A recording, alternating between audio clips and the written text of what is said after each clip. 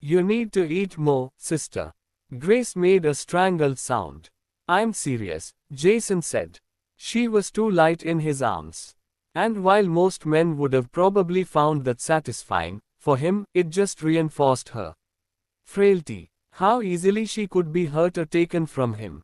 That fall, it could have killed her. The night he met her, those men could have killed her. That asshole at his country club could have drowned her. The electric bike could have run her down. And, he shuddered, just how many times did she face death while in prison? Her face pressed against him and she nestled closer as if seeking his warmth. I can't remember the last time someone carried me. In my memory, when I was a child, Mom was the only one who ever did this. For me. Her voice was wistful. My memories of those times are too vague. He made a soothing sound. Jay, you're so nice, she murmured. She could all but feel him smiling. When she glanced up, his mouth remained in a straight line, but his eyes glowed mischievously. Are you going to say that I'm a nice person again, sister? He asked. Yes, I want to say that you are a good brother. I'm very lucky to have a brother like you, she replied. Brother. He shook his head. Jason carried Grace to the entrance of the hospital and Lena's car appeared not long after. After the two of them had gotten into the car, Lena launched into a tirade. Don't you dare even interrupt me, Grace, because this shit has gone on long enough. With barely taking a second to draw a breath, Lena relayed the events that had transpired that day. Although Jason had already heard the rough account of the incident from Terence, his expression darkened dramatically at hearing Lena's telling of it. That Zoe went too far. Not only did she have the malicious intention of having the store attendant kick us out, but she also intentionally tripped Grace. Can you believe that? Grace could have been seriously injured. She could have died. This wasn't just a minor fall. That bitch tripped her down an escalator. Let it go, Grace said tiredly. Are you insane? Grace, what part of you could have died, did you not hear? Lena slammed on the brakes at an intersection and Jason threw out his arm to halt Grace's forward momentum. His hand caught her shoulder and he gently guided her back against the seat. Seeing as how Lena was driving aggressively, no doubt a reflection of her mood, Jason slung his arm around Grace's shoulder to cushion her back and better hold her against the seat. It's all because Zoe is a Stevens. Lena said. What does that mean? Jason asked carefully. Surely, you've heard of the Stevens family. They own a good portion of the city. Real estate, businesses, commerce. It's like they have their greedy hands in everything. And Zoe, she's the worst. Acting like she's so entitled and as if everyone else is dirt beneath her feet. Lena slapped the steering wheel. If it weren't for Grace's good luck, she might have been seriously injured. I'm fine, Lena, Grace said. Your foot is broken. You have bruises all over. She eyed Jason in the rearview mirror. Is she crazy? Lena turned back to the road ahead. Lena gnashed her teeth with hatred. Zoe relies on the Stevens family, which allows her to act so brazenly. The Stevens family. Jason mumbled softly with a hint of mockery in his tone. So what if she's from the Stevens family? Smiling face casual date is just a click away. Oh, Jay, you really shouldn't look down on the Stevens group. Her voice was tired. Look, I can complain about them, and they are a bunch of elitist assholes, but that doesn't change the fact that they're one of the ruling families in this city. Ruling family. Jason scoffed. Money buys a lot of things, Grace said quietly. Exactly, Lena agreed. And given their reach and influence, if this were to go to court, who do you think would win? She shook her head and hit the brakes hard at a yellow light. If not for her injured passenger, she probably would have floored it through. You weren't there before, Grace said softly. When the accident happened, it brought in the Reed family. The Atkinson family. Her dark eyes drifted to his. I was an attorney, Jay, and I swear I was not under the influence. It Made no difference. So you think the court case was altered by these families? He asked carefully. Grace glanced away and stared out the window. It doesn't matter now. What's done is done. I can't get back my life. And neither can Jennifer Atkinson. Grace, that doesn't give Zoe the right to harm you, Lena argued. Taking her to court, what difference would it make? Even with the mall surveillance video, what would happen? She'd pay a small fine. Grace shrugged. It isn't worth the effort. Then let's not go to court, Jason said. Then wouldn't Grace be at a disadvantage? Lena's voice was outraged. No. They have to compensate her for all the medical fees and her lost income. Even though these fees won't mean much to them, we still can't be on the losing end, Lena explained. Jason's hand unconsciously tightened on Grace's shoulder. Your suffering will not be in vain, sister. Whoever hurts you will have to pay for it, Jason replied coldly. In an instant, rage bloomed within his eyes. Grace gasped. There was fear in her eyes as she stared at him, almost as if she was seeing him clearly for the first time. She had the abrupt sensation that the judge sitting before her was a stranger. A dangerous stranger. And yet, in the next moment, the rage in his eyes disappeared. And they returned to their usual calmness. His lips opened and closed. What's wrong? Nothing. She shook her head and told herself that she was imagining things. When they arrived at Grace's apartment, Jason carried her once again. She cherished the way he held her, but part of her wondered what sort of violence those same hands were capable of. Jason carefully placed Grace in the chair and propped a storage box beneath the kitchen table so she could elevate her foot. You need to eat, he said. Then he busied himself in the kitchen reheating the food she'd prepared earlier. You know, Lena said. I wasn't too keen on this whole arrangement. You kind of came out of nowhere and basically moved in. Lena laughed softly as she took in the small changes around the apartment. I definitely wasn't buying all that sister-brother stuff. She laughed again. Jason arched a brow at her. But now, Lena went on, it's clear you're good for my friend. Thank you for helping her. Jason turned back to plating up food for Grace. There is no reason to thank me. Grace would do the same for me. As he said it, he realized that was true. She'd be there for him. No questions asked. No stipulations or expectations of something in return. And she wouldn't leave his side. Could he say that of anyone else in his life? Anyone who wasn't on his payroll, that is.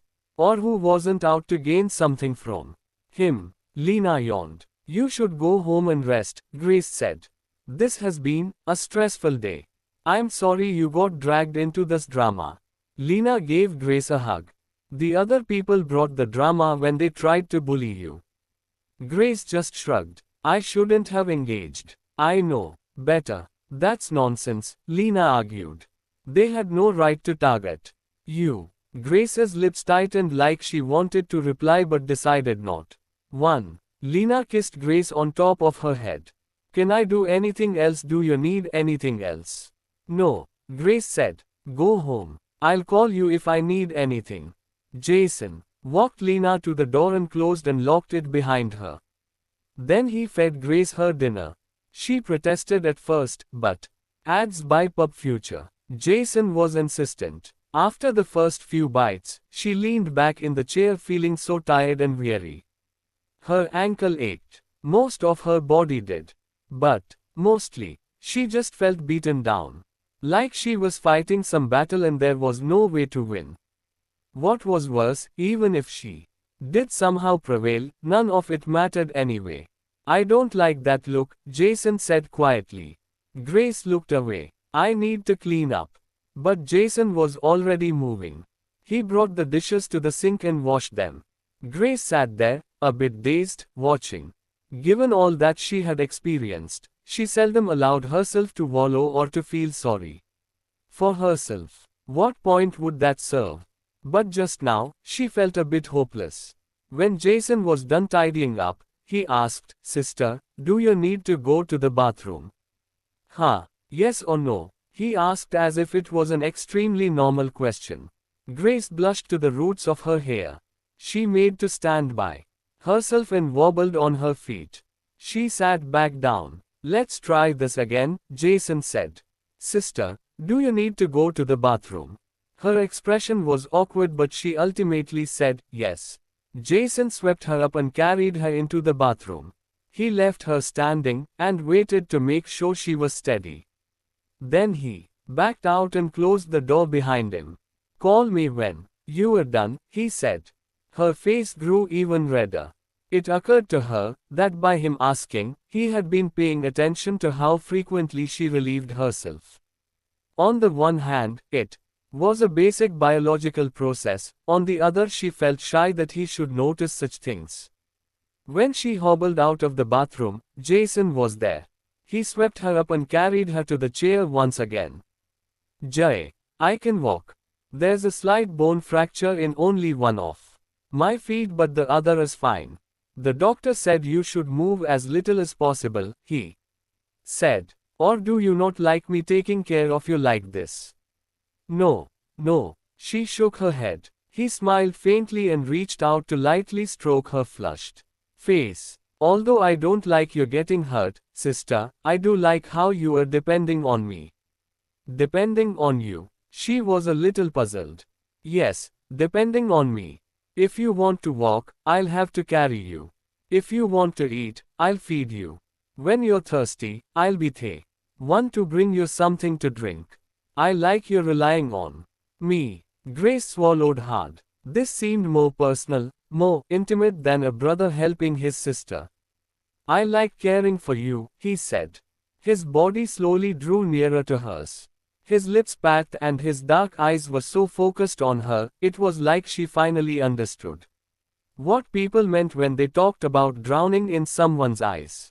Jason wasn't just attractive. He was devastating, so the kind of man whose strength drew her in and whose face held her spellbound. I'm not used to relying on someone. Grace whispered. You can get used to it in the future, he mumbled.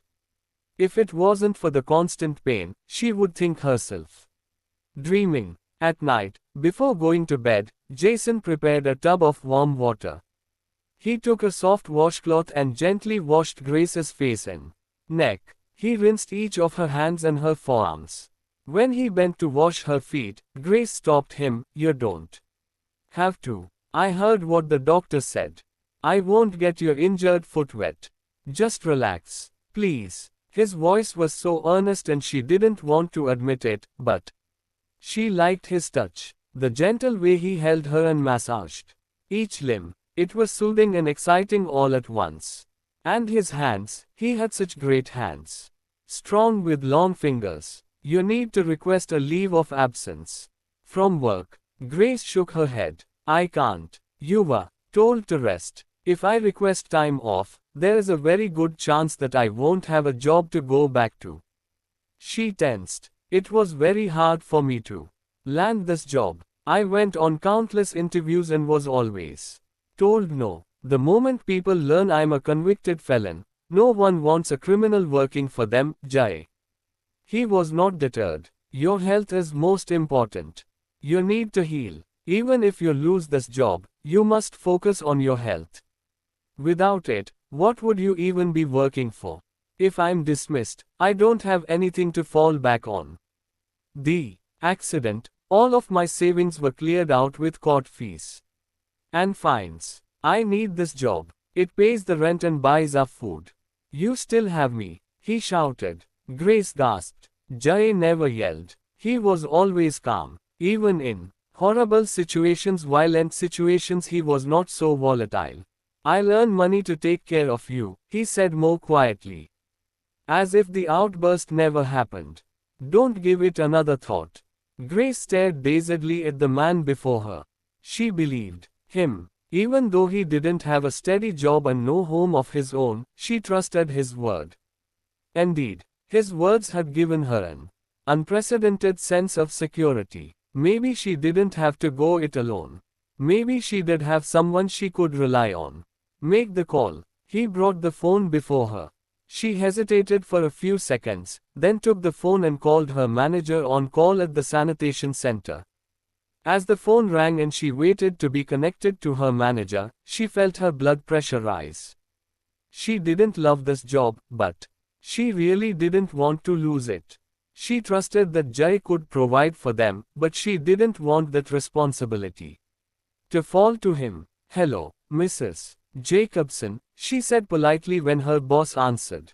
Then she gave a summary of the accident, leaving out the whole "I was pushed by Zoe Stevens and bullied by my ex-fiance's new fiancée Lily Atkinson." She thought Mrs. Jacobson would tell her no, or that she'd have to apply with the county or request additional approvals. But there were no extra hurdles. To her total surprise, Mrs. Jacobson inquired about her health and suggested she take longer than a week if she needed to. Furthermore, she would still be paid the minimum wage and her salary would not be affected. Grace couldn't believe it. "What happened?" Jason asked. She said yes. He continued to wash her foot, and his hand slipped around to massage her ankle. Then her calf. She sucked in a breath. His dark gaze cut to hers. "She, told me to take more time." Grace could feel her face heating. "That particular manager has never been very warm toward me." "Don't overthink it. You are injured. It's the right thing to do." His fingers gently along her ankle again and she felt tingles of goodness from her foot to the top of her head. Had anyone ever washed or massaged her like this? Sean never did. Even in their most intimate times, he wasn't one for much foreplay. As those tingles continued to race from the sole of her foot, up her leg to all those other places, Grace felt her face grow redder. She could imagine his strong hands, those long fingers, tracing higher up her legs, to where they veered. And once her thoughts took that turn, she couldn't look at him without imagining the things he could do to her. Ads by Pub Future. All right, thank you. I'm, all clean." She hurriedly said. Ankles. Who knew she had such sensitive ankles? And yet his fingers were still gripping her leg. "Let me dry you." Smiling face casual date is just a click away.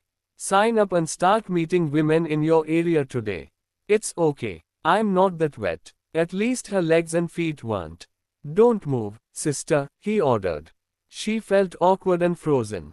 Her senses were heightened with anticipation. Maybe it was the meds from the hospital. Maybe it was his touch, scent, his vow to take care of her. Whatever the reason, she wanted him. Jason unhurriedly picked up the towel next to him and carefully dried her.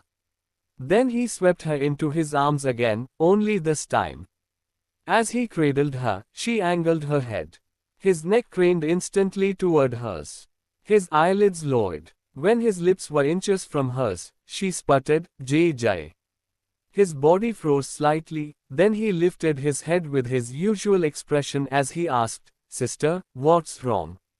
It's nothing." She bit her lip. Oh my God, had she imagined that moment?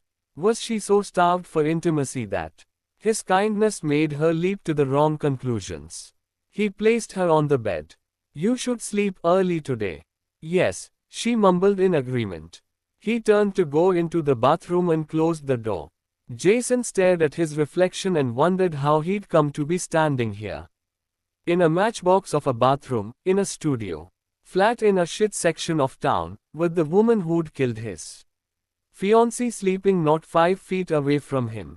It wasn't just being in this physical space, it was the emotional side of it. Touching Grace, feeling the flex of muscle beneath his fingertips, the smooth softness of her skin, just seeing the way she blushed and how her pupils dilated at his simplest touch. He was drawn to this woman. He parceled each element away. Attraction, respect, trust, desire. So long as she didn't desire his emotions, they'd be okay. That night, Jason was awakened by Grace's muffled scream. She tossed and turned and mumbled in her sleep. He couldn't make out what she was saying, but her pained whimpers and trembling made him think she was in fear or pain. "Sister," he called to her. But she didn't respond. When he touched her head, he frowned. Her head was hot, and her slight body was slicked with sweat. Jason hurriedly wrung a towel soaked in cool water and wiped Grace's forehead. But her eyes remained shut and she was still muttering something. No matter how he called her, she wouldn't wake up. A flash of panic crept over him. He didn't know what to do and he hated feeling inept. He hated it almost as much as realizing how worried he was about her.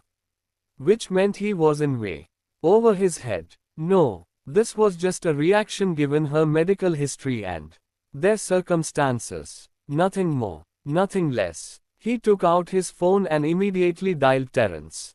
"Get me a doctor, and send them to the apartment.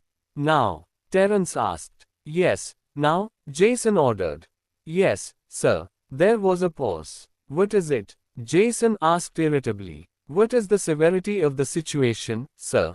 Should I instead call an ambulance?" It was an intelligent question and it lessened Jason's annoyance slightly. "No," he said. "No ambulance." "Then, I don't think so. I'm working on this now, sir." But where Jason normally would have hung up, he spared a second to offer some explanation because no doubt any doctor they called would want to know more details of the situation too. "She has a fever. It's high. Adds by pub future." "I have a doctor on the other line," Terence said. "I'll relay today's events and the medical data from her earlier hospital visit." "Good." Jason smoothed Grace's brow and wrung out the washcloth to cool down her face and neck again. "Do you want me to stay on the line, sir?" Jason was too busy with Grace to realize he hadn't hung up the phone. "No. Okay, sir. See you soon." Terence had noticed many changes in his boss in the time since Mr.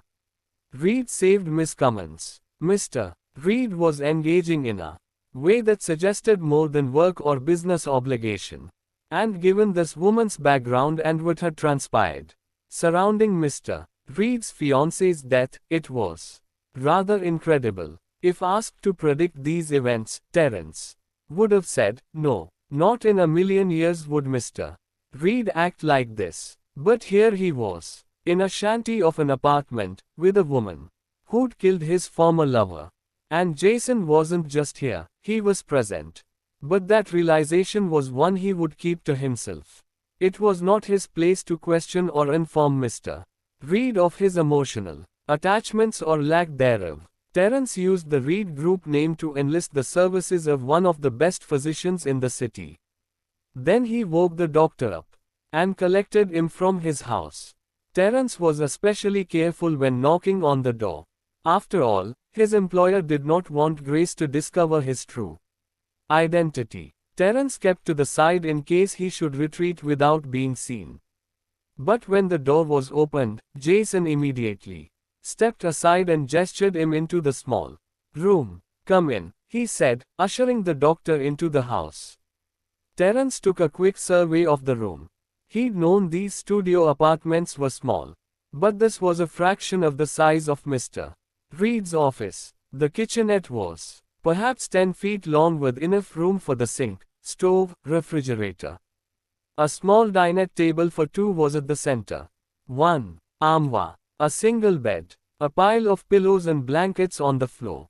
One door, presumably to a bathroom. No windows, save the one over the sink. Terence tried hard to mask his shock. "Take a look at her," Jason said. "What's wrong with her? I kept calling her just now but I couldn't wake her up." Jason stood beside the bed. Terence sensed his employer had lost his usual calmness. Smiling face, "Casual date is just a click away. Sign up and start meeting women in your area today." Jason's expression was anxious and his posture was tense. The doctor glanced at Terence briefly as if for confirmation. Terence nodded. Dr. Ronfield immediately went to work, checking Grace's vitals, all while Jason stood by, looking on the verge of something dangerous. "Sir," Terence said gently. "Dr. Ronfield is one of the best general practitioners in the city. And we can have Miss Cummins airlifted at any time, if the doctor deems it necessary." Jason nodded, but his eyes still had the wild look of a man about to come unglued. I was told she suffered a fall earlier today, the doctor said as he took her pulse and then listened to her heart. That's correct. Down an escalator. He probed around Grace's abdomen and lifted her shirt to check her ribs. Terence made certain to avert his attention, spinning to face the opposite side of the room.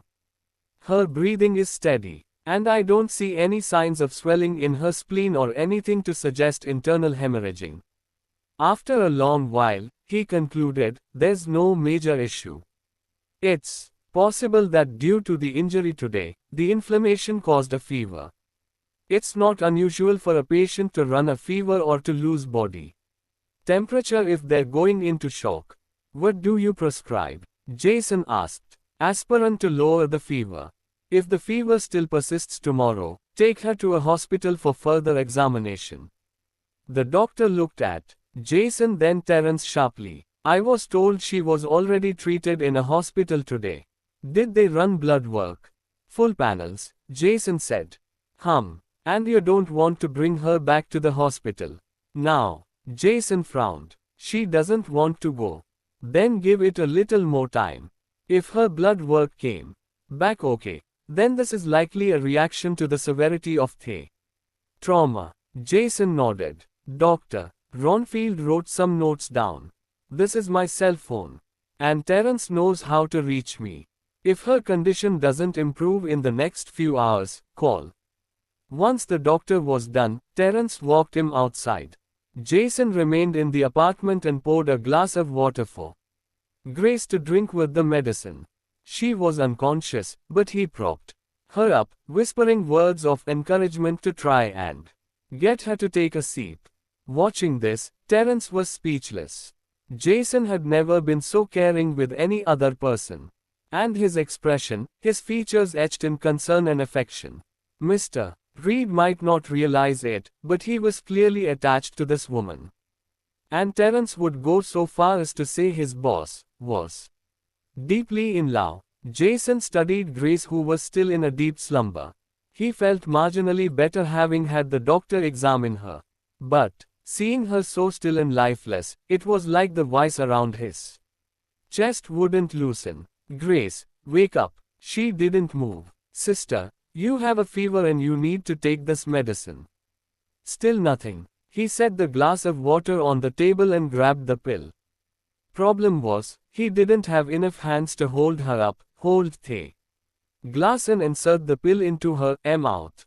He tried to coax her once more. Sister, open your mouth. He placed the medicine in his hand by her rather dry lips. Be good, and take the medicine. However, she subconsciously pursed her lips tighter. He could not even get the pill in, let alone have her swallow it.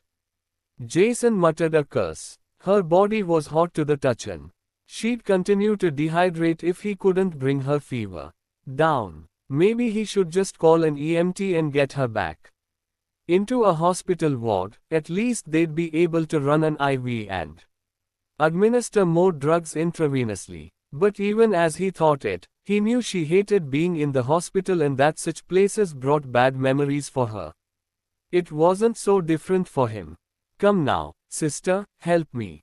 He made sure his voice was soft, without any of the command or desperation he was feeling. When she seemed to relax, he adjusted his hold and put the pill into his own mouth with a sip of water. Then he lifted her up and tilted her head. Holding her gently, he coaxed her mouth open with his own lips. He used the tip of his tongue to press the pill inside, then he allowed the water into her mouth. He angled her head back. Ads by Pub Future. That's it, swallow for me. When her throat moved, he took another sip of water and repeated his efforts. The press of her soft lips against his, the feel of her tongue, it brought to life everything inside him. She curled into his embrace and he held her close. He wanted more. Of course he wanted more.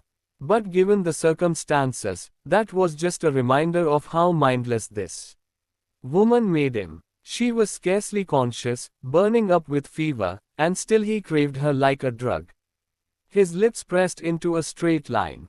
Grace, he mumbled softly, calling her name. Suddenly, she seemed to sense him and gradually opened her eyes. Her misty gaze landed on him. He was slightly stunned and felt an unexpected wave of anxiety at that moment. Would she resent that he had kissed her? His heart sank. Had he taken advantage of her in some way? He then saw her open her mouth and give him a silly smile. Mom, I'll be good. I want Mom to sleep with me. He was speechless and could not help laughing. Grace, it's Jay. I'm not your mother. She smiled bigger and her big eyes were glassy. She was delirious. The fever confused her enough to have her think she was seeing her mother. While at first he was not offended, just feeling awkward at her mistake, it dawned on him that in fact, it was an honor. Grace's mother had passed away early. It wasn't him that was like her mother, but the same sense of security and care. The corners of Jason's lips subconsciously rose. One of us lost a father whilst another lost a mother when we were young. We're truly quite similar. Mom, won't you stay with me? I'll be good. Very, very good. Her eyelids were half open, her cheeks were flushed red from the fever. His heart broke a bit. For the child she had been, alone, and so eager for affection. He knew full well how her father and step-family had treated her. They'd made their position very public. That they denounced her. Please don't leave me, she whimpered. All right. He could not refrain from answering her. He opened his palm to hold her hand and placed it next to his cheek. He gently rubbed his cheek against her palm and softly said, "Go to sleep. I'll stay with you." The irony wasn't lost on him that he'd spent hours trying to get her to wake, and now he was telling her not to. Only then did she close her eyes and fall asleep once again. Her slumber was not as uneasy as before, and so long as he touched her and held her hand, she seemed to be at peace. Jason silently studied her. Grace was beautiful. The longer he was in her presence, the more her steely strength and gentle nature endeared him. The flush on her face only accented the shape of brows and mouth. He caught himself staring at that mouth, thinking about the softness of her lips, and the way that barest kiss had made him want more. His feelings for her were growing. The more time he spent with her, the more he could not imagine his life without her in it. He didn't know what that meant for his future. And he didn't want to. Dad. Mom. Zoe hastily went to complain to her parents the next day. Yesterday, brother hit me because of Grace. He took her side over mine and Lily was there too. How could he embarrass us like that? And you have to know that Lily was furious. It was like he was picking that piece of trash over Lily. Sean's expression was grave as he sat in the Stevens residence's living room. He paid no mind to his sister's complaints as his mind was full of the actions Jason would be taking to retaliate for Grace's injury. You came across Grace yesterday? Their father asked. Yes, we did, Zoe replied indignantly. She's just a road sweeper, but she shopped at the mall and even entered a luxury store. And Sean had the nerve to try and buy her off. He wrote a huge check. That is enough. But Zoe didn't stop. Their parents watched her as she launched into a rant about how cheap Grace was, how shameless she was to set foot in the designer store, and a litany of other grievances that sounded hollow at best. And of course she latched on to him, writing Grace a check for millions. He hoped she cashed it. It was a sizable chunk of money and it could get her back on her feet. And it was probably the only gesture standing between him and Jason Reed breaking down the door to their house right now. Mom, Zoe railed. He slapped me in public. Sean knew the real root of the problem was that Zoe had taken a hit socially when Grace had the accident they all did. And him hitting her, if that went viral, he'd all but kill his sister's social life again. I warned you, Sean began. But Zoe went apeshit as soon as he said it, and he opted not to bother trying to reason with her. She was unreasonable even on her best days. Would Grace accept the money?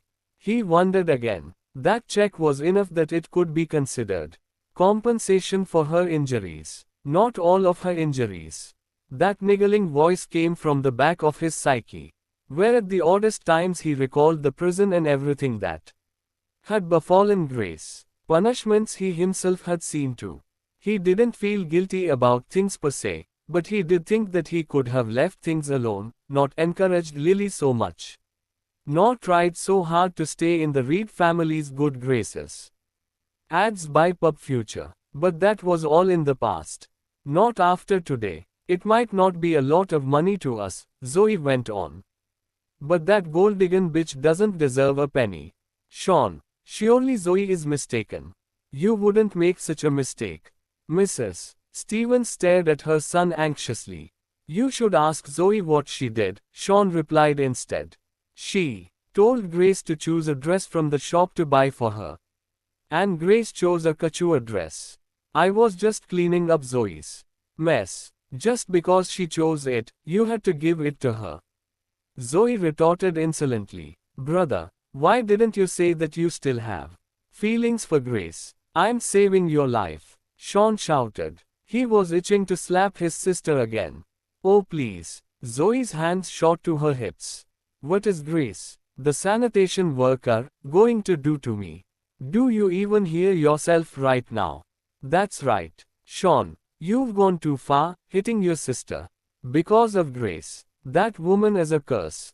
If it weren't for her, would our family have to be so wary of the Reed family and afraid of offending them?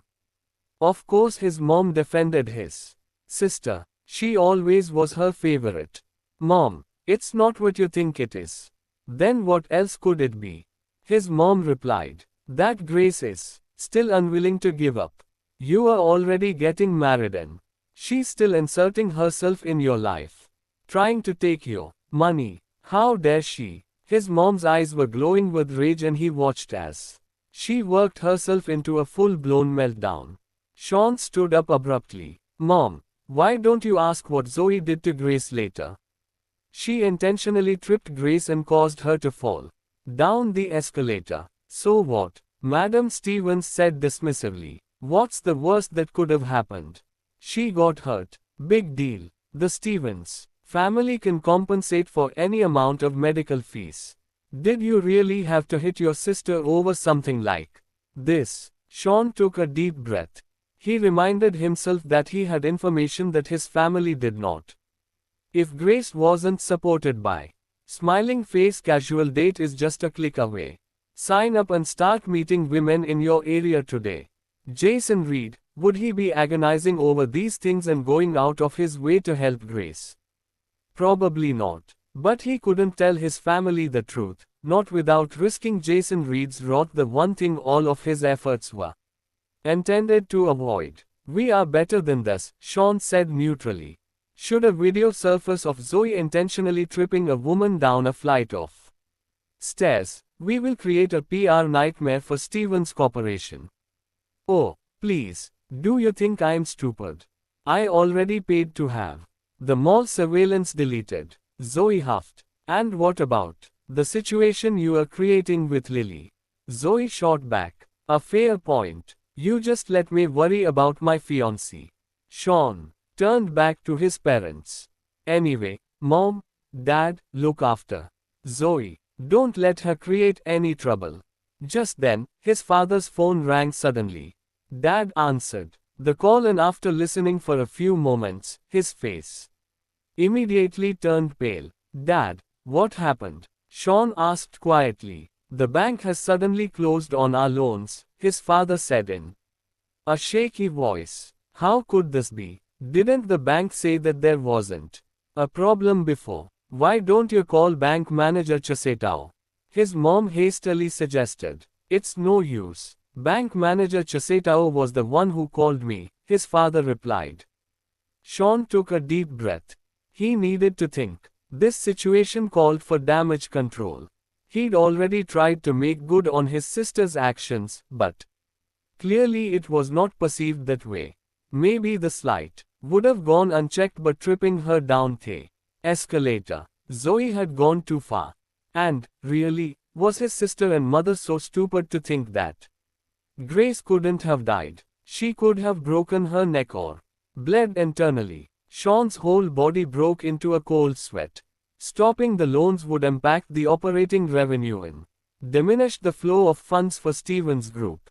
Was this the backlash? Or was Jason just beginning? Sean wanted to repent before Jason had a chance to do anything more damaging to the Stevens family. But he didn't get the opportunity to meet him. He placed multiple calls to Jason Reed's assistant, Terrence. But that went nowhere. It didn't take a rocket scientist to figure out that Jason Reed was dodging him. But Sean couldn't let it go. He had to protect his family. In a bold move that he acknowledged could blow up in his face, he went to Grace's apartment and stood by the entrance. When Sean noticed a Bentley parked not far away from the property and a figure getting out of the car, he hurriedly got out of his Ferrari to approach the man. Mr. Reed, the incident that happened before was because my sister did not have any sense of propriety. But I have compensated Miss Cummins and will make further reparations. Please show your moral superiority by being merciful and letting the Stevens family be, Sean pleaded. Let the Stevens family be. Jason snorted lightly. If you have any conditions, please list them. I will accept any request that I am capable of fulfilling. Jason's dark eyes were cold and there was none of the mercy that Sean had called upon. Sean's blood seemed to congeal in his veins. Come to think of it, I owe you a favor, Jason said suddenly. A favor? Sean was stunned and wary. When would you, Mr. Reed, have a need for a favor? He laughed nervously. But of course, whatever you might need. Ads by Pub Future. How about this? I'll let the Stevens family off the hook, as long as Zoe does not attend your engagement dinner, Jason said calmly. Sean waited a few seconds to see what else Jason Reed would require. Is that all? Jason only stared at him. Sean let out a sigh of relief. Keeping Zoe away, that wasn't such a big deal. Sure, there would be a lot of ruffled feathers both with his parents and sister, but ultimately, even if Zoe wasn't there, they could all save face. Thank you, Mr. Reed, Sean said hurriedly. I'll see to it. Don't thank me. I should be the one thanking you instead. Jason placed a hand on Sean's shoulder, slowly tilting his body to be within earshot and speaking in a low voice that only the two of them could hear. I should thank you for breaking up with Grace so thoroughly back then. If you hadn't broken up with her, I'm afraid I would have had to put more effort into it. Now, Jason's statement was relayed gently, as if he was taking part in an appreciative chat between friends. Jason Reed strolled away after that, his hands in his pockets and nary a care in the world. Sean stood rooted to the spot. What had just happened? And what did Jason mean? If I hadn't broken up with Grace in the first place, then would have been Jason's current target. What Jason had said sounded less like something to be thankful for and more like a threat. Meanwhile, Zoe was in a high-end club waiting for her friends to come and distract her from her boredom. She still couldn't believe her brother could be such an asshole as to pin the bank rejecting the loans on her. As if offending Grace Cummins meant anything. Grace had no contacts, no friends of prestige. Hell, her own family had nothing to do with her, if the gossip was to be believed. How could it be possible that that road sweeper Grace would have any connections with the bank and be able to persuade them not to loan money to the Stevens family? That was ridiculous. Just as she was pondering it, the private room door was pushed open. However, the people who entered were not the friends that she had been waiting for but a group of strange men. Who are you? Zoe asked carefully. They closed the door behind them, and one of the large men blocked it. She felt a trickle of terror and she reached for her phone, intending to call someone, maybe the police. Actually, things were happening so quickly, she wasn't really thinking so Clearly. What do you want? She asked, keeping the panic at bay. Maybe these were new bouncers. The leader walked toward Zoe and calmly said, Miss Stevens, begging your pardon.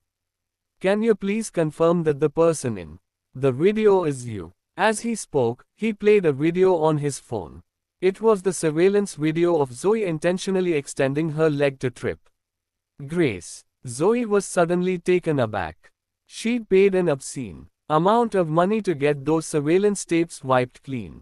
How the hell did these people get a hold of them? What do you want?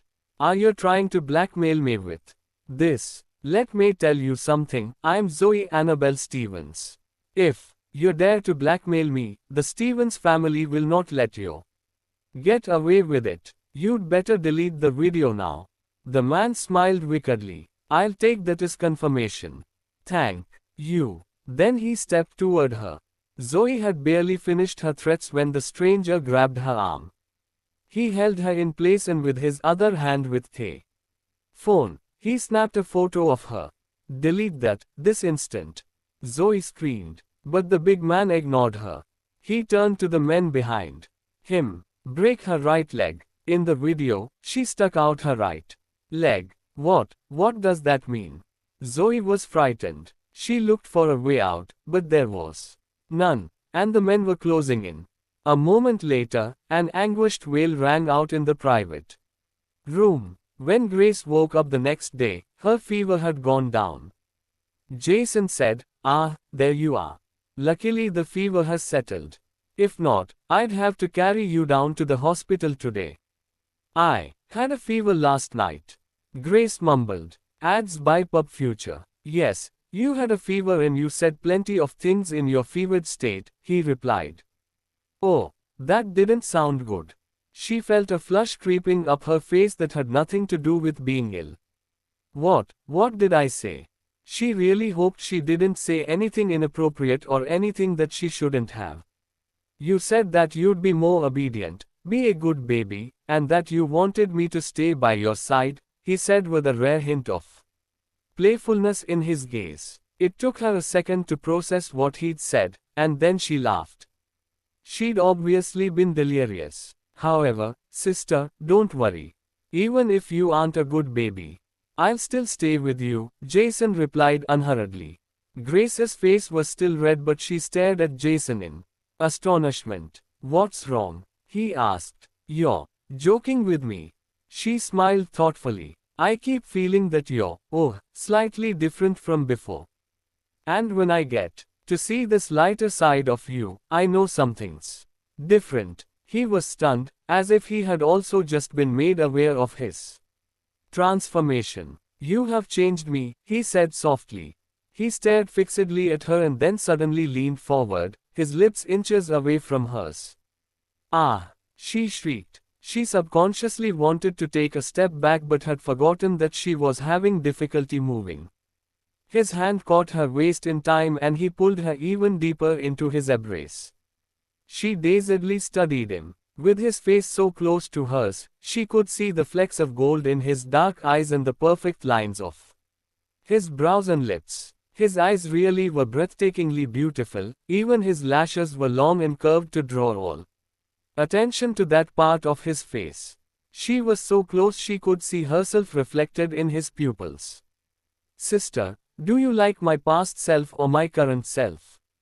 Only when his voice suddenly rang out by her ear did she abruptly snap out of her trance. At that moment, both of their faces were very close, and the tips of their noses were almost touching each other. If they were any closer, their lips would touch. His breath fanned against her mouth and his arms tightened around her. It was as if they were about to kiss. Grace opened her eyes wide and felt as if her brain was short-circuiting. Sister, his voice resounded once again. Of course your current self is slightly better. It feels as if we're closer, Grace hurriedly explained. Oh, Jay, please let go of me, I won't fall down. We're a little too close right now. She could almost hear her heart beating wildly. His lips curved seductively. Is it bad to be close? He retorted, as he drew closer still. Grace tried so hard to control the direction of her thoughts. She had been the one to call him brother, to relegate him to such a role. Why would she think he would want to kiss her? Why would someone so handsome and so valiant want her in such a way? Do you want me to move? He asked with his lips a hair's breadth away from hers. Was he asking her to move toward her or away? And what if this wasn't what he wanted? Would that ruin everything between them? He murmured, and it was as if the vibration crossed the short distance between them. She felt it, and her whole body hummed with it. You don't know what you want. He shrugged and stepped away. Sensing she'd offended him in some way, she tried to explain it. Oh, feels weird standing too close, Grace said. And it was true. After the last few years, she had not been intimate with anyone. She'd kept everyone at a distance. Having him so close to her, it unnerved her. All right then, Jason said easily and removed his hand. He took a step back and tidied up the things on the table.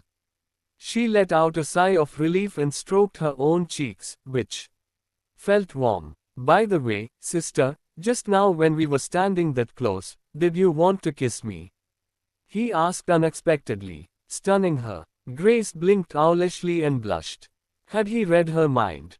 Was he gauging her reaction because he'd felt it too? Oh, she sputtered. Is it a very hard question to answer? He asked with a slightly arched brow. Of course. If it were you, I would allow it, he replied, cutting off her sentence. I don't like other women kissing me, but if it were you, it would be okay. Sunlight shone into the room through the narrow glass. Ads by Pub Future window and landed on him. This man was everything she'd ever wanted or needed. And she longed for him. And was he admitting that he wanted her to? At least for a kiss. Her hand went to her mouth, and touching her lips, they felt swollen, overly sensitive. As if just thinking about his mouth on hers had made her body physically anticipate it. She knew she should tell him no, that they were his brother and sister, and that what they had was good. She shouldn't risk their relationship by talking about kisses. But the words stuck in her throat, and as she continued to stare at him, she caught herself nodding at what he'd said instead. In the afternoon, Grace had nothing to do and swiped through her phone, coming across news relating to Zoe. The news stated that Zoe had been brought to the hospital late last night. She had allegedly offended someone who had ordered one of her legs to be fractured. Once it healed, there was no guarantee that there would be no residual effects. Therefore, it appeared as if Zoe would be absent from the engagement dinner between the Stevens and Atkinson families, which was to be held in several days' time. The paparazzi who had published the news had not discovered who Zoe had offended. However, the Stevens family's position on the attack was vague and they refused to comment on it. The reporter also went on to say that they had not reported the incident to the police, which some speculated to mean that they accepted this event. Then the reporter took it one step further, suggesting that the person who Zoe had offended was from a more influential background than the Stevens family. Which was really saying something, because everyone knew the Stevens family was not shy about airing their grievances. Grace skimmed through the news feed, seeing the articles running on multiple sites. Then she unconsciously raised her head to glance at Jay. When she was injured, he'd said that Zoe should pay the price. But she couldn't believe that Zoe would actually face any consequences. And yet she did. Her right leg was broken. And someone had leaked the photos from her ride in the ambulance with her leg elevated on a splint. Was this a coincidence? Or perhaps, sister, why are you looking at me like that? Jason asked as he suddenly lifted his gaze to look at Grace. She shook her head. Zoe is injured and hospitalized. Grace relayed the details of the news to Jay. Isn't that good? He retorted. I just feel that everything you say is accurate, she said. Like when you said that the projection ads of Sean proposing to Lily would be taken down, they really were removed. This time you said that Zoe would pay the price for tripping me down the escalator and she really had an accident. Well, I don't know that I'd call it an accident, since someone physically broke her leg. She thought about it and said, I feel as if whatever you say will come true. Jason's face was smooth as a lake for many seconds, then his lips curved into a crooked smile. His expression somehow exasperated and amused. Sometimes, I don't know whether to laugh or cry with you, he mumbled. Huh. He smiled fully. Then if whatever I say will come true, do you have a wish that you would like to come true? Me. She shook her head and said, I don't have dreams I wish to come true. She thought to herself, because I clearly understand that those dreams are beyond my grasp. Do you not want to find a benefactor? He asked. If you did that, no one would bully you, and everything you wish for could be easily attained. She chuckled lightly. A benefactor. That was such an antiquated term. The most a girl could hope for these days was for some sugar daddy to pay her rent, and Grace had no desire to be anyone's mistress. No, I don't think there will be any benefactors in my future. She said lightly. What if there could be, what would you need? She shrugged. If I can make sure I have enough to eat, a place to sleep and clothes to wear, that would already be great. But, brother, she said gently, these benefactors you speak of, they want young, pretty things to keep under lock and key. And have you forgotten that I'm a street cleaner? What man would ever take a liking to me? What if a man really did take a liking to you? He asked. She bit her lip lightly. Relying on someone else is not as good as relying on yourself. Only when you rely on yourself can you not be disappointed. Jason nodded as if understanding. Ah, I see what you think. And bigger expectations lead to bigger disappointments. Yes, she had learned that lesson well after the accident, when she lost her family, boyfriend, job, and all the friendships she'd had previously. But I really want to be your benefactor, sister, he told her. What should I do? He arched his brow slightly and studied her calmly. If it's Jay, she smiled and continued, then, all right. I'll wait for Jay to be my benefactor. Why would you be willing? He asked, trying to peel back the layers of what she was thinking and feeling. Because Jay would never disappoint me. Because, she paused and continued, no matter what, you would never abandon me, right? He responded with a low chuckle to her question. You're right. I would never abandon you, sister. At night, only when Jason saw that Grace was deeply asleep, did he step out of the rental unit. He walked toward a house not far from Grace's apartment. Ads by Pub Future. However, unlike Grace's cramped rental, the suite was wider, brighter, and much bigger. The decor was rather exquisitely done as well. Terence Klein was waiting for Jason in the room. When he heard knocks at the door, he immediately opened it to welcome his boss. Terence had not expected his boss, who usually paid no mind to anyone, let alone lowering himself to look after someone, would buy a house in the housing estate to look after Grace. Terence knew his boss did this to manage his workload.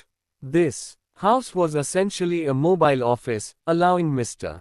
Reed to facilitate handling his business affairs while Grace slept. Terence gave an account of the day's company matters.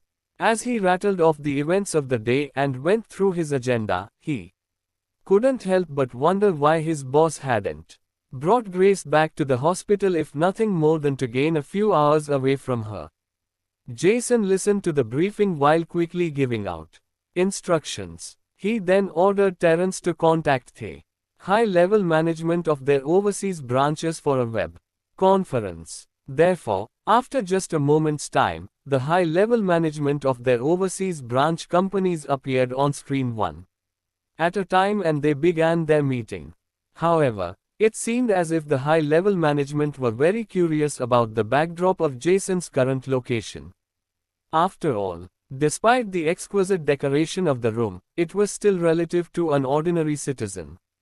Compared to Jason's usual location, one could describe the room he was currently in as substandard, and one of the executives even said so. "Sir, where are you right now? The background looks like a unexpected hotel." That was a diplomatic way of saying it. Terence glanced sharply at his boss, wondering how he would handle the inquiry. Jason simply replied, "Don't ask such unnecessary questions. Continue with the meeting." Terence could only chuckle dryly. He knew the reason why. His employer was holding an international meeting in such a place, but what could he say? That it was because a woman had rented an apartment in the small housing estate, so the boss had temporarily moved his entire working location here. As for the decor that made the room look like a moderately priced hotel, Terence internally shrugged. He'd spent an entire day looking for this house in the small housing estate. Then, he'd offered a price twice its market value to force the owner to sell it and completed all the formalities at the fastest speed possible. It was a bloody miracle he'd closed on the location, vacated it, cleaned, painted and managed to get any furniture into the space, let alone handling decorations. Halfway through the meeting, Jason's phone suddenly rang. However, the phone that rang was not the one he usually used but the one Grace had bought for him. Therefore, the foreign high-level management saw the man, who was surrounded with such mystery and affluence, suddenly answering a call on an old-fashioned and cheap phone. It appeared as if even the tone of his voice had become gentler. Of course, the high-level management team couldn't actually hear what Jason said because he'd muted. The high-level management could only privately discuss Mr. Reed's purpose in using such a phone and wonder about who he was talking. 1. Terence even received private messages from some of the high-level management staff, who were clearly fishing for gossip. Terence wanted to tell them that the existence of the phone was already widely known within the company's headquarters in Emerald City. The high-level management at the headquarters had seen Mr. Reed answer calls on that phone more than once. Regarding questions related to Mr. Reed's usage of such a phone or the person behind the calls, Terence dared not share his secrets. Jason ended the call and said to Terence, "For the rest of today's meeting, finish it up for me and give me the conference record minutes tomorrow." "Then what about you, Mr. Reed?" Grace suddenly woke up and asked me where I went. "I'm going back now," Jason replied. "The general direction of the meeting has been set anyway. What's left are only some small details." After saying that, he walked out of the room. A lot of the senior overseas executives who were sitting there started talking about what had happened as soon as they saw their boss leave. Terence faced an onslaught of questions. "Secretary Klein, what's going on? Why did Mr. Reed leave?" "Smiling face, casual date is just a click away. Sign up and start meeting women in your area today. Ads by Pub Future. Who called him just now?" "Oh, I can tell from Mr. Reed's expression just now that he must be in love." Romanticists from overseas usually told this kind of story. No one here would dare make such statements. Terence could only smile awkwardly. "Okay, let's continue with the meeting." Lau, he, too, had thought such things, but he would never give voice to them aloud. His boss was a private man, and very guarded with his feelings. For a while, Terence was a little uncertain. Like the overseas execs, he also thought Jason's behavior was very unexpected. And they didn't know half of it. He was the only one who knew the true scope of the accommodations Mr. Reed was making for this young woman. However, if Mr. Reed really fell in love with Grace in the future, this news would probably shock the entire city. In the rental room, Grace looked at Jay, who had just walked in. She asked in confusion, "It's already late, where did you go just now? I didn't see you when I woke up, so I got worried." She thought that there had been an accident. "I couldn't fall asleep, so I went out for a walk," Jason said. He then directly picked up Grace, who had just left the bed, and carefully placed her back down on it. "All right, Sis, go back to. Smiling face casual date is just a click away. Sleep. I won't leave anymore. If you are going out for a walk next time when I'm sleeping, leave me a note, she said. Okay, he said with a chuckle. By the way, I have something to do tomorrow night, so I have to go out. Is it related to your work? She asked. Kind of, he replied, but it's not that important. It won't be a problem if I don't go. You don't have to do that. I have no problem staying at home, by myself. Actually, I haven't hurt as much these past 2 days. And I can move around more easily. He smirked. It's only been a day, Grace. You aren't healed yet. You need to rest. You are overreacting. I'm feeling better already. You don't have to keep carrying me around. Well, I'll be back early tomorrow, he said, all but dismissing her refusals. The next day, Jason prepared dinner for Grace before leaving. Before going out, he also told her not to wait for him and to go to bed if she got sleepy. Leaving the rental apartment, he headed to the house next door. At this moment, Terence was waiting inside. Tonight, Terence had already prepared the clothes that he wanted to wear. Jason changed into a suit and combed his hair back. The outlines of his facial features suddenly became a lot sharper. Especially his ice-cold eyes, which were beautiful but extremely chilling. It seemed that there was no emotion in them at all. However, Terence had seen his boss look like this before.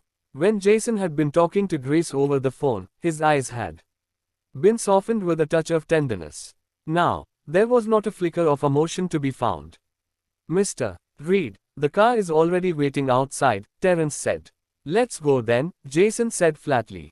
Originally, he had not been in the mood to go to the engagement banquet of the Stevens and Atkinson families, but now things were a little different. Sean, the man who had been together with Grace, was no longer in her heart. Even if these two people wanted to get back together, it would be almost impossible. But what he wanted was a flawless plan. He didn't want her to have any chance of having a relationship with Sean, and this was the day to achieve that. How could this not be interesting? Grace had finished dinner in the apartment. She hadn't had anything to do, so she picked up her phone and browsed the smiling face casual date is just a click away. Sign up and start meeting women in your area today. Ads by Pub Future. Web. Today on the internet, whether it was in the news or the trending searches, everyone was talking about the marriage between the Stevens and Atkinson families. Although it was only an engagement party tonight, everyone knew that such an engagement was equivalent to a marriage merger for two of the richest and most powerful families in the region. Was a party really necessary to announce this? Did either the bride-to-be or groom actually need any gifts? No and no. This was all a show. A demonstration of their wealth and influence that would probably bolster stocks, because people still liked to believe in fairy tales, and Lily was every bit a celebrity. Princess. Most likely, after the engagement banquet was over, the two families would immediately begin preparing for the wedding. Which, no doubt, would be an even bigger and more ostentatious show than this. Grace looked at the pictures accompanying the news that had been posted. Those pictures were the engagement photos of Sean and Lily as released by their families. Lily, who was wearing a white dress, was standing together with Sean, who was also wearing a white suit. In the eyes of outsiders, they were a perfect pair. The comments below were all envious. Wow, rich, handsome, and beautiful. This is a real marriage. Smiling face casual date is just a click away. Sign up and start meeting women in your area today. Of powerful families. Feels like the two of them are made for each other. There were a lot of fans of Lily trying their best to promote the engagement party. They directly said that this was the engagement of the century. It was too romantic. It was said that Sean had booked the most luxurious hotel in Emerald City tonight, the entire hotel. On top of that, Sean had ordered 990,000 white roses for Lily. She liked white roses, and he said that, in his heart, Lily was pure and flawless like the white roses she enjoyed so much. It was said that Sean had given Lily a villa, which was worth 100 million and made countless women scream enviously all over the internet. But it wasn't the money or their relationship that she envied. It had only been 3 years since she had broken up with. Chapter 92. Sean. but it seemed like a lifetime ago. Indeed, in these last 3 years, she had been reincarnated to a new life. Jason asked her if she wanted to find someone for her to rely on. She told him no, that she didn't want to be disappointed.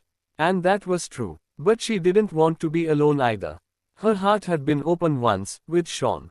She'd relied on him, thought she could depend on him. But she'd been wrong. But that didn't mean she had to live in fear. If she was so afraid of being disappointed, she'd only end up that way anyway. And, alone, if she wanted her own happily ever after, she'd have to be open to love again, and willing to take the risk. Ever since she was a child, in order to earn the praise of her father and make her stepmother not hate her, Grace had tried hard to cater to everyone, to please everyone. Although she had won a lot of honors, she lived a tiring life. Sean had taught her that there was no one she could rely on. However, Jay had said that he wanted to be her support. A smile surfaced on Grace's face when she thought of Jay. After she was released from prison, perhaps the luckiest thing that had happened to her was meeting him. As she thought about it, she scrolled through the web page. Suddenly, there was a post reporting the scene at the front of the hotel. Jason Reed, the head of Reed Group, had also come to attend the engagement ceremony. However, Jason was surrounded by bodyguards and had not allowed anyone to take a photo of him. Even the reporters were not able to take a photo. Anyone who filmed it would be made to delete all of the content on the spot. Although Mr. Reed was too domineering, he had the capital to behave in such a way. However, the person who had posted this said that he had risked his life to capture the back of Jason. Jason had always refused to take interviews from the reporters, and even though there would be reporters wherever he went, it could be said that he was very mysterious to the public. Even for Grace, who had been accused of murdering Jason's fiancée, Jennifer Atkinson, she had never seen Jason Reed in court that year. Jason had never attended from the beginning to the end. Not once. Lena once said that she ran to the Reed Group and attempted. Smiling face casual date is just a click away. Sign up and start meeting women in your area today. Ads by Pub Future. To meet with Mr. Reed, she'd hoped Jason Reed would understand that Jennifer Atkinson's death was caused by something else. That Grace had never been drinking nor had she set out to harm that woman. However, she had been directly thrown out without even getting to see Mr. Reed's face. Sometimes Grace found it a little funny. She and Jason had never met before, but it was as if her life was closely tied to this person. While she had been imprisoned, no one in the city had dared to help her with the lawsuit, and the torment she endured in the prison seemed to have had some relation to Jason Reed. Grace was drawn to the bottom of a post and saw the photo. Surrounded by a group of bodyguards, the figure was still very eye-catching. Wide shoulders, trim waist, long legs. With such proportions, he could almost be compared to a model. Among Grace's acquaintances, only Jay had such proportions. Jay. The figure flashed through Grace's mind. She seemed to feel that Jay's back was actually very much similar to that of Jason Reed. God, what am I thinking? Grace shook her head. They were two completely different people, and Jay never wore formal suits. However, if Jay were to wear a suit, he would definitely look good. Staring at the picture of the figure, Grace could not help but fall into deep thought. Jason Reed attended the wedding of the Stevens and Atkinson families. She imagined that this pleased Sean very much. Smiling face casual date is just a click away. Sign up and start meeting women in your area today. Both families likely were very relieved to have the proverbial blessing of the king of the city. Your Highness, can I have a word? Jason snorted and ignored his friend. He kept himself to a corner of the room, and while countless business executives and associates had attempted to make their way to his table, Terence was stationed several feet in front of him and elbow to elbow with several bodyguards, ensuring that no one made it through. Brian, how did you even get over here? Brian chuckled. It was nice of you to show, Brian said. You must know that the Stevens and Atkinsons were sweating it. Jason shrugged. And look at this line of people wanting to strike up a business relationship with you. Come now, why don't you brighten some lucky fool's future? Jason smirked sardonically. I'm too lazy to deal with these people, Jason said. Your man, Terence, seems to be doing a good job. Jason's lips twitched again. Poor Terence. He really needed to give the man a raise. I heard that you seem to be very busy recently. It's very difficult for others to even ask you out. Brian said more quietly. Jason looked more closely at Brian then. Brian might appear detached and cold, but there were many women who loved this man like crazy. What about you? I heard that you seem to have changed your ways recently. Yes, Brian Hart said faintly. It was as if this was an ordinary matter for him. Patrick even made a bet with someone saying that your ex can end your single life, Jason said. Then I guess he is going to lose all his money, Brian said. From the corner of his eyes, he caught a glimpse of a figure who was looking around the banquet hall. She's here. Should I introduce you to her? Jason's eyes turned in the direction of Brian Hart's gaze, and the corners of his mouth suddenly lifted. Evelyn. Do you know her? Brian was a little surprised. After all, Evelyn and Jason seemed to have nothing to do with each other. Sort of, Jason said in a meaningful tone. If you care about this new girlfriend of yours, then don't let her make trouble. If she does, even you won't be able to protect her. Did she offend you? Brian's almond-shaped eyes rose slightly as he looked at Jason. Do you think that she would still be able to stand there if she did? Jason replied. After this, Jason turned and left.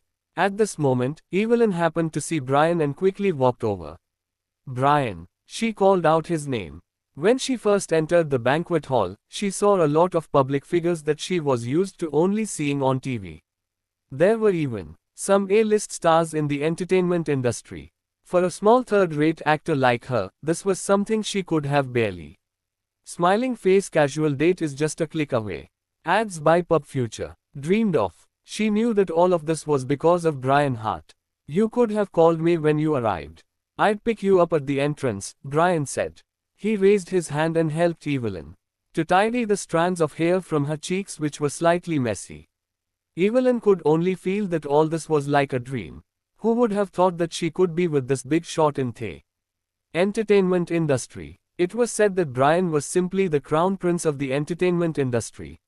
He could make anyone a star with a snap of his fingers. As for her, just as the production crew was in a state of dejection, she suddenly turned the tide because of Brian. Just because Brian Hart had taken a liking to her, almost everyone in the production crew treated her with respect. No one would dare to offend her again. Even the leading actor, director, and production staff had a very respectful attitude towards her. Chapter 94. This was a kind of feeling she had never felt before. Women in their industry were rarely treated equally as men. It was very much an old boys' club. So the sense of power and acknowledgement was heady. Didn't I come and find you by myself? Evelyn smiled sweetly and held Brian's arm. By the way, I saw a lot of first-rate. Smiling face casual date is just a click away. Celebrities today. I am so lucky. I've never had the chance to see so many big stars before. I don't know when I will become like them. It's not difficult. Later, I'll ask someone to arrange a TV series for you, and then I'll put you in several variety shows. At that point, you'll be able to pick any script you like, Brian said casually as if it was just a small matter. But Evelyn was stunned. She couldn't believe her ears. She had expended a lot of effort before, but she hadn't been able to get into a single variety show, let alone several. Then what's my role? She asked in bewilderment. Of course you'd be the leading actress. You don't like that? No, I like it very much. Evelyn felt as if a wonderful opportunity had just fallen right into her lap. She was almost speechless. Brian, why are you so good to me? Evelyn whispered. Brian smiled faintly, his fingers gently caressing Evelyn's lips. Evelyn's face suddenly flushed. Good heavens, there were still many people around. But at this moment, she was reluctant to push his hand away. Indeed, she knew if she were to do such a thing, to publicly embarrass this man in such a way, she could kiss all of her future opportunities goodbye. Why am I so good to you? Because your lips are very beautiful, and I like them very much, he mumbled. Evelyn was a little confused. She hadn't expected that Brian would take a fancy to her lips. But no matter what, this was her luck.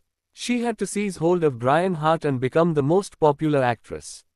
She could even marry into a wealthy family and live a completely different life. At this moment, Evelyn seemed to have foreseen a good life in the future.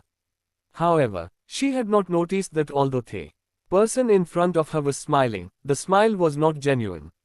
By the way, do you know Jason Reed? Brian suddenly asked. Evelyn shook her head. How would she have ever gotten a chance to know someone like Jason? Brian pursed his lips and said, don't get yourself into any trouble in the future. If you really offend him, I may not be able to. Ads by Pub Future. Protect you. Of course, the more important thing was whether or not he still wanted to protect her. If it was just for the sake of a substitute, there would be no need for him to go against Jason Reed. A substitute. Brian's eyes seemed to be covered in a layer of mist. After searching for so many years, just how many substitutes would he have to go through to suppress the desire in his body? Before the engagement ceremony, Sean specifically sought out Jason and said, Mr. Reed, it's a great honor to have you attend our humble event. I will naturally come to your engagement party. Jason seemed to be hinting at something else as he said, speaking of which, it was not bad for you to break up with Grace before. This way, she has given up on you. If you had not given up on Grace at that time, perhaps today she still wouldn't have let you go. Sean looked embarrassed. He didn't know whether he should respond to this or not. Oh yes, how long will your sister be staying in the hospital this time? Jason asked in a casual manner. 1 month. Sean felt a chill in his heart and quickly added. But I'm afraid it will take half a year for the wound to heal completely. He certainly knew how his sister had sustained this injury. But at this time, even if he knew, he had to pretend that he didn't. Then don't let her go out for the next half a year and make her stay at home to recuperate, Jason said faintly. Okay, Sean quickly replied. I will make sure that my parents take good care of Zoe and let her stay at home to take care of herself. Being able to read the situation was one of Sean's strongest characteristics. That was why he had broken up with Grace as soon as something bad happened to her. That was why he didn't dare to ask more about his sister's situation. Alright, when your engagement ceremony is over, I'll leave. Grace is still waiting for me to return, Jason said. At this moment, Sean no longer felt that it was because of his relationship with the Atkinson family that Jason had come to attend the engagement ceremony. He felt as if Jason was afraid that he and Grace would have a chance in the future, so he had to come to watch the engagement ceremony personally, to ensure that Sean would be off the market, so to speak. Did Jason even consider Jennifer Atkinson to be as important as she had been back then? It could mean only one thing, that Grace was of great importance to Jason Reed. Sean still could not believe it. Sean left as if he was treading on air. Once the engagement ceremony started, Jason watched the exchange of the engagement rings on the stage and listened to the engagement speeches between Sean and Lily. A smile flashed across his face. It was estimated that tomorrow, the photos of Sean and Lily's engagement party would come out. Then it would be impossible for Grace and Sean to be together. He didn't really think that Grace would ever welcome back Sean after what he'd done or how he'd deserted her, but he wasn't taking any chances. After the engagement ceremony ended, the hall was filled with people congratulating the glowing couple. However, Jason left the scene and walked out by himself. A silver Bentley waited outside. Terence opened the door respectfully, and Jason hopped in. Mr. Reed, will you be going back to the rental apartment now? Terence asked. Smiling face. Casual date is just a click away. Ads by Pub Future. Yeah. Jason leaned against the back of the seat. Then, he slowly closed his eyes. Today, Brian Hart's presence surprised him. He hadn't thought that the woman that Brian had taken a fancy to would actually be Evelyn Cummins, Grace's half-sister. In his opinion, there was nothing worthwhile about that woman at all. He really didn't know why Brian had taken a fancy to her. However, this was someone else's business. Naturally, he wouldn't care too much about it, as long as Evelyn didn't try to cause trouble for Grace in the future. Otherwise, he would naturally make Evelyn suffer tens of thousands of times more. Mr. Reed, Director Atkinson called to ask why you left in advance. I think he is worried about whether you are annoyed or not, Terence Klein said. Just call him back and tell him that I am very happy tonight, but I am a little tired, so I have to go back early, Jason replied. The car drove to the entrance of the community.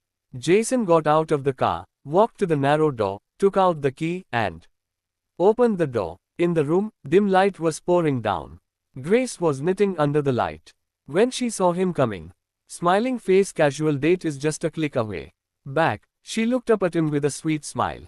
You're back. It's pretty cold outside, isn't it? It's fine, he said, looking at the wool in her hand. Where did you get the wool? I took apart some old sweaters to make a scarf and gloves for you.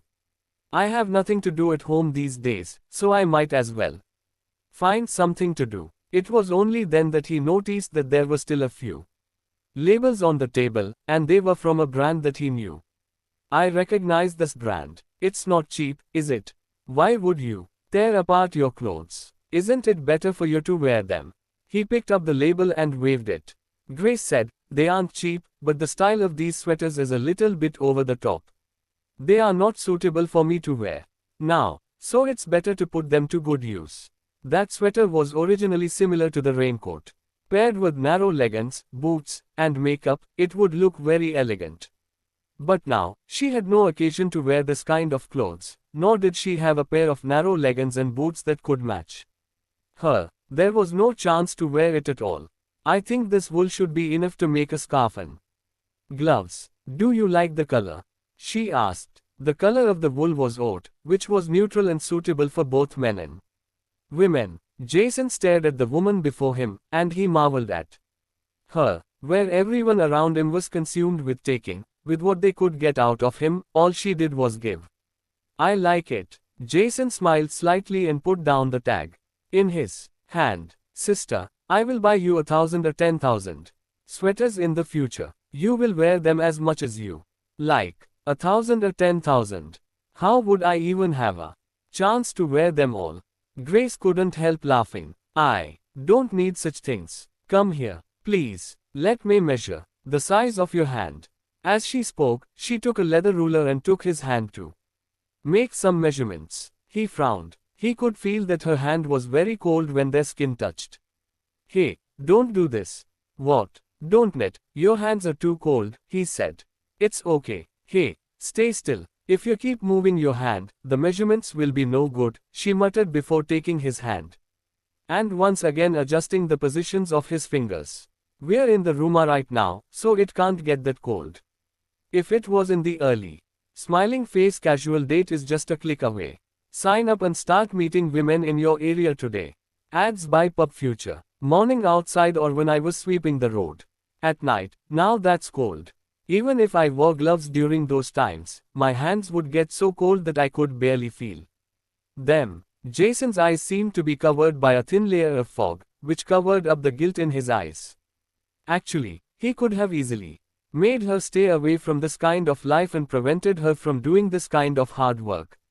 Perhaps in the beginning, he only felt that it was interesting, so he stayed by her side and called her sister.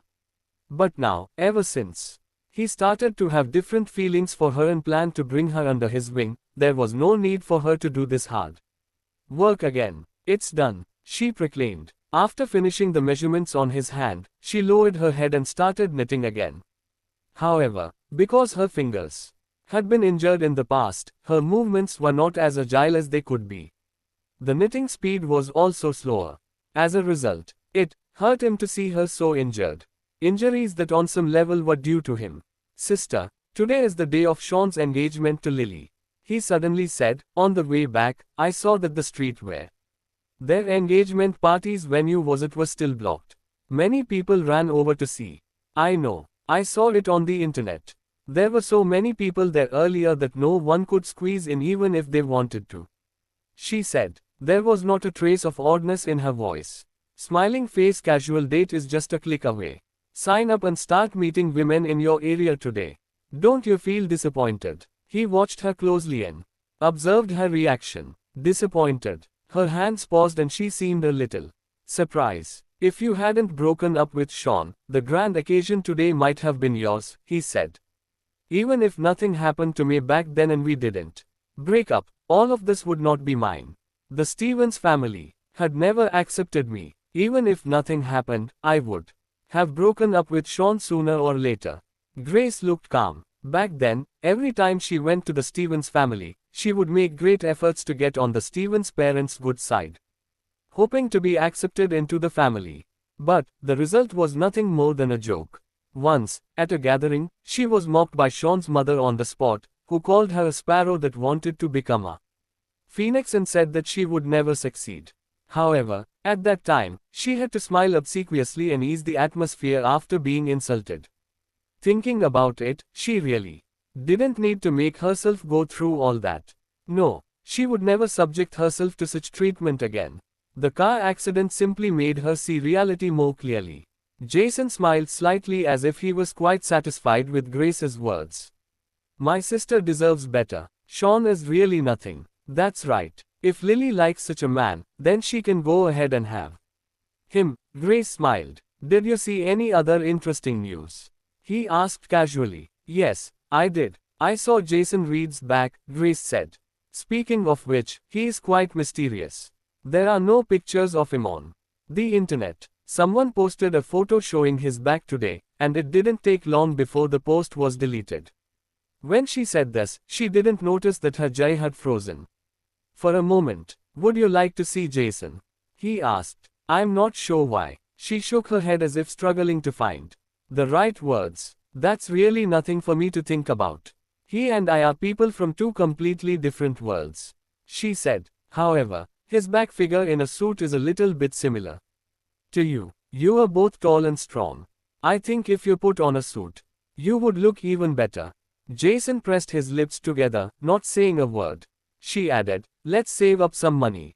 Next spring, I'll buy you a suit. You can wear the same suit if you need a formal suit for an interview. What would you say if you were to meet Jason Reed one day? He asked suddenly. Grace suddenly fell into silence. After a long time, she said, smiling face, casual date is just a click away. Ads by Pub Future. With a self-deprecating smile, I would beg him to let me go. He was a little surprised. Just that? Yes, she replied. Don't you want to tell him that you were wronged back then? Don't you want him to reverse the verdict for you? That's useless. Back then, for me, Lena ran to his office building and begged on the ground for him to see her. But he never showed up. When I was in prison, I never stopped writing letters to beg him for mercy. I also mentioned several times that the death of his fiancée had nothing to do with me. I begged him to stop the others from hurting me. But was all useless. My letters and requests for mercy were never answered, she said with a bitter smile. These events were painful for her. His face was gloomy, and even his eyes became dark and deep. Grace patted his hand. Well, let's not talk about these things. It's all in the past. At least after I got out of prison, Jason did not seem to want to take revenge against me. And I am grateful for that. Otherwise, I may not even be able to stay at the sanitation service center, she said. He suddenly picked up her hands, which were covered with calluses, and put them in his palms, rubbing them a little bit to keep her warm. If he had known this would happen, he wouldn't have turned a smiling face. Casual date is just a click away. Sign up and start meeting women in your area today. Blind eye to her all those years ago. He wouldn't have allowed her to be thrown into jail, and he wouldn't have allowed those people who tried to please him to lay their hands on her in prison. However, if in the future, when his identity was exposed in front of her, he would not be able to agree to her request. I'm sorry, he muttered. What? She was puzzled. That your hands feel so cold because you are trying to knit me a scarf and gloves. He then whispered to himself, also. I won't let you go for the rest of my life. He would make it up to her. He would give her the best of everything. He would make her the most enviable woman in the city. And wash away all the dirt on her body. But he would never let her go. Over the next few days, Grace lived a somewhat leisurely life. She knitted and browsed the web all day long, which gave her a long-lost feeling of being relaxed and having nothing to do. The wounds and bruising were also getting better day by day. Every day, Jay would carry her to the small park in the neighborhood to bask in the sun for a while. And every time, when some old people in their community saw them, they would look at them with eyes filled with tenderness. She supposed that it did all look quite romantic. Here she was being carried around by a tall, strapping, handsome man. "Your boyfriend taking you out for a walk again?" asked an old lady who liked chatting with them in the park. But the woman smiled so mischievously as she said it. And Grace couldn't help but giggle too. "Yes, ma'am," he shuddered. Grace did not know how many times she had told the nice old woman from their neighborhood that Jay was not her boyfriend, but her brother. However, when the old lady found out that there was no blood relationship between the two of them, she was still dead set on treating them as a couple. The old woman all but cackled at the absurdity. She said with a smile at that time, "Maybe not now. But, you will be in the future.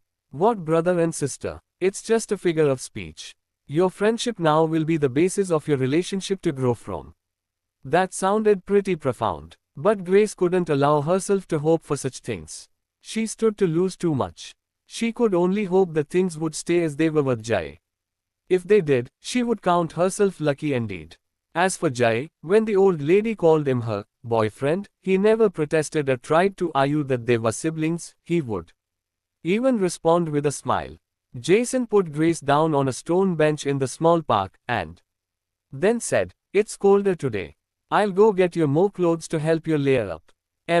Okay, she agreed. When he came back with more clothes, he saw that the aunties in the community seemed to be surrounding her and talking to her.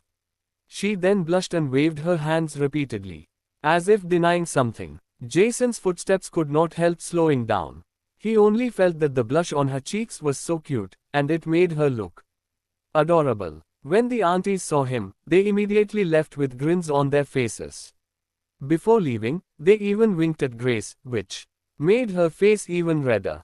"What's wrong?" Jason walked up and wrapped another layer of clothing around her. Her almond-shaped, jet black eyes looked a little embarrassed and she bit her lower lip as she glanced up at him. He thought her adorable, and she was, undeniably so, but she was beautiful too.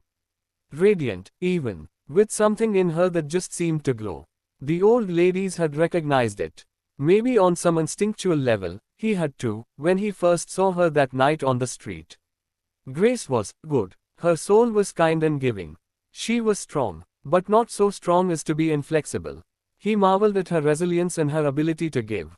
Despite everything that was taken from her, she continued to be generous to others. And that was quite incredible, in his humble opinion. Her face flushed bright red as he continued to stare at her, until her cheeks looked like the skin of an apple. One couldn't help wanting to take a bite. All of a sudden, a burst of lust sprang up in Jason's body. He calmly suppressed the physical reaction, but he had a strange feeling in his heart. It seemed that her influence on him was growing. Even just the blush on her face made him want her. They thought you were my boyfriend," she whispered. "Isn't this something that they've known for a while?" he asked. Smiling face. "Casual date is just a click away. Ads by Pub Future. Then they said that you were too beautiful." She was even more embarrassed now. "And then?" he asked. "After that, they started teaching me some husband taming moves." She couldn't bring herself to tell him the details. "Well then, in the future, you can use them on me to see if there's any effect," Jason said. "Why, you too?" Grace bit down on her lower lip in embarrassment. His throat could not help tightening up at the sight. At this moment, her phone suddenly rang. She picked it up and answered. Her face immediately changed, and she responded in a low voice. After finishing the call, she looked at him and said, "I will go back to my mother's hometown during Thanksgiving this year. Just now, a call came from my mother's side saying that my grandma wants to see me. When her father married her stepmother, he first threw her back to her mother's hometown. During that time, it was her grandmother who had taken care of her until she couldn't any longer, due to her poor health. Grace's dear paternal grandfather then stepped in and took over. After that, Grace could only come back during the winter and summer holidays. After she graduated from high school, she would Sometimes save enough money to buy a bus ticket, and she would go back to see her grandmother until the disaster that happened to her 3 years ago. At that time, her grandmother was already in worse health, and often needed to rest in bed, and other relatives were busy trying to distance themselves from Grace. Even when she gave them a call, she would always be heartlessly hung up on.